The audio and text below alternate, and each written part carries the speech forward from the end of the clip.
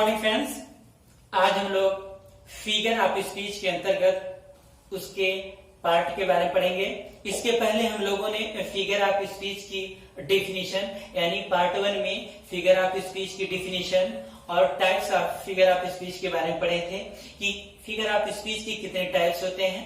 तो आज हम उन्हीं टाइप्स में से सिमिली और मेटाफर की डेफिनेशन पढ़ेंगे, एग्जाम्पल पढ़ेंगे और इसमें जानेंगे कि एग्जाम्पल के थ्रू समझेंगे कि कोई सेंटेंस दिया है तो आप कैसे पहचानेंगे कि इस सेंटेंस में सिमिली है या फिर मेटाफर है। तो आइए देखते हैं सबसे पहले सिमिली की डेफिनेशन। सिमिली की डेफिनेशन है a simile is a figure of speech in which a comparison is made between two objects of different kind of which at least one point in common।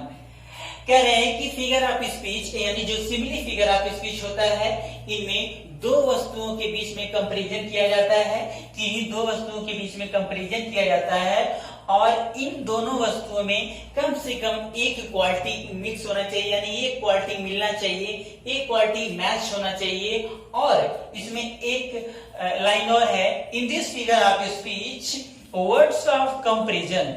इस figure of speech में यानी simile में words of comparison as, like, so यानी as, like, सो का use किया जाता है। तो इस जो सिमिली है, सिमिली की डिफिनीशन ये हो जाएगी कि सिमिली में दो वस्तुओं के बीच में कंपैरिजन किया जाता है और उन दोनों वस्तुओं में कम से कम एक क्वालिटी कॉमन होना चाहिए। और इस फिगर ऑफ स्पीच में कंपैरिजन के लिए यानी वर्ड्स ऑफ कंपैरिजन क्या होना चाहिए, एज, लाइक और शो। यानी इस फिगर ऑफ स्पीच में कंपैरिजन के लिए एज, लाइक, शो का यूज किया जाता है। तो आइए एग्जांपल देखते हैं।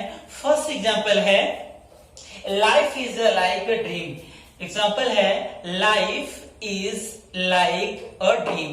तो इस एग्जांपल में हम देखते हैं कि जो कंपैरिजन ऑफ वर्ड है यानी वर्ड्स ऑफ कंपैरिजन है, लाइक, इसमें लाइक मिल गया, लाइफ और ड्रीम के बीच में कंपैरिजन किया जा रहा है। तो कंपैरिजन के लिए इसमें लाइक का यूज हुआ है।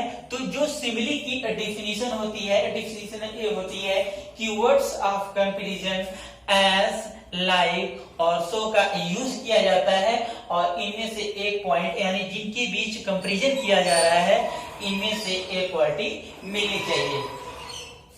नेक्स्ट है, तो इस लाइन में क्या हो गया, सिमिली हो गया। नेक्स्ट एग्जांपल है Rana Pratap was as brave as lion. तो इसमें राणा प्रताप की कंपैरिजन किससे हो रहा है, लायन से हो रहा है। यानी राणा प्रताप ब्रेव है और लायन भी ब्रेव होता है, लेकिन इन दोनों के बीच में कंपैरिजन किया जा रहा है और कंपैरिजन के लिए किस वर्ड का यूज किया जा रहा है, एज का यूज किया जा रहा है। और जो सिमिली की डेफिनेशन होती है, डेफिनेशन ये होती है कि किसी भी कंपैरिजन के लिए यानी किसी दो वस्तुओं के बीच में, दो ऑब्जेक्ट के बीच में यदि कंपैरिजन हो रहा है तो इसके लिए एज का यूज किया जा रहा हो तो वहां क्या हो जाएगा, सिमिली हो जाएगा। यानी इस सेंटेंस में भी क्या हो गया, सिमिली हो गया। तो इस तरीके से हम यहाँ समझ पा रहे हैं कि सिमिली की डेफिनेशन के अकॉर्डिंग यानी दो ऑब्जेक्ट के बीच में यानी राणा प्रताप और लायन के बीच में कंपैरिजन हो रहा है, कंपैरिजन के लिए एज वर्ड का यूज किया गया है। तो इस लाइन में क्या हो जाएगा, सिमिली फिगर ऑफ स्पीच हो जाएगा। नेक्स्ट है her face is like the moon. यानी हर फेस, उसके फेस का कंपैरिजन किससे किया जा रहा है, मून से किया जा रहा है।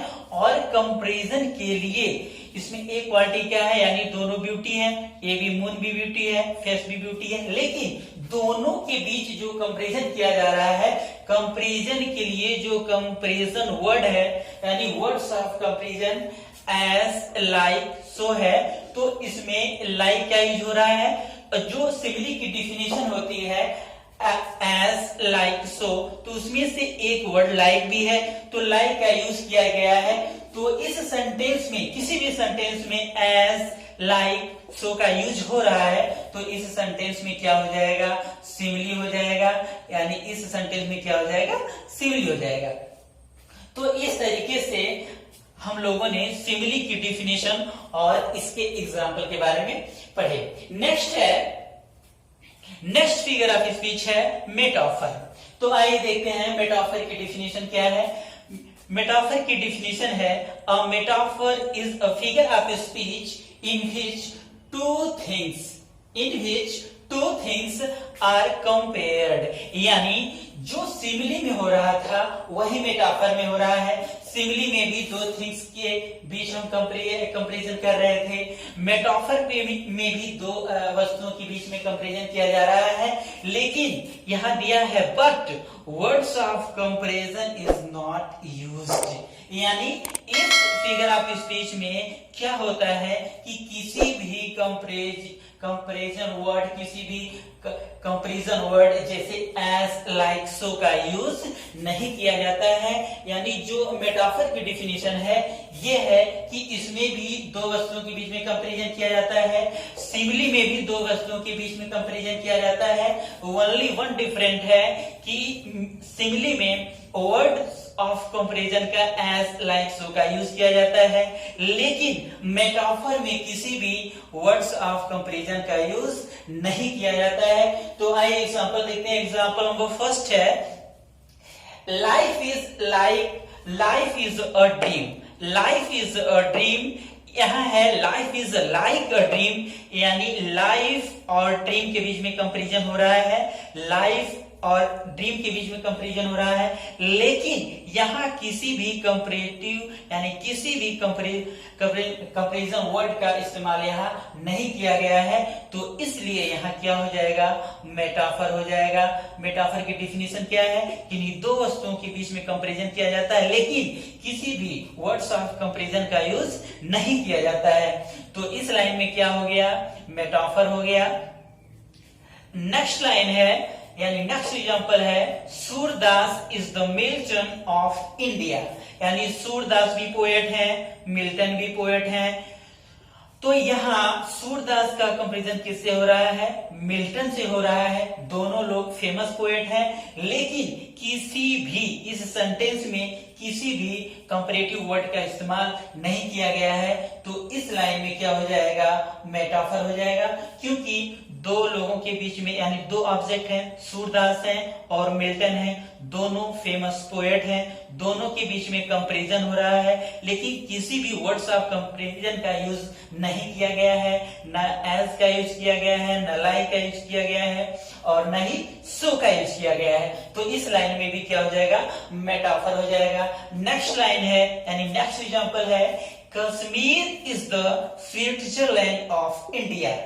कश्मीर एक फेमस सिटी है, स्विट्जरलैंड एक फेमस सिटी है, दोनों के बीच में कंपैरिजन किया जा रहा है, लेकिन किसी भी कंपैरिजन वर्ड यानी किसी भी वर्ड्स ऑफ कंपैरिजन का यूज जैसे एज, लाइक, सो का इस्तेमाल इस लाइन में नहीं किया गया है। ये दोनों एग्जाम्पल है, यानी कश्मीर और स्विट्जरलैंड दोनों फेमस सिटी है, दोनों के बीच में कंपैरिजन किया गया है, लेकिन किसी भी कंपैरेटिव वर्ड का इस्तेमाल नहीं किया गया है, इसलिए इस लाइन में कौन सा फिगर ऑफ स्पीच हो जाएगा, मेटाफर हो जाएगा।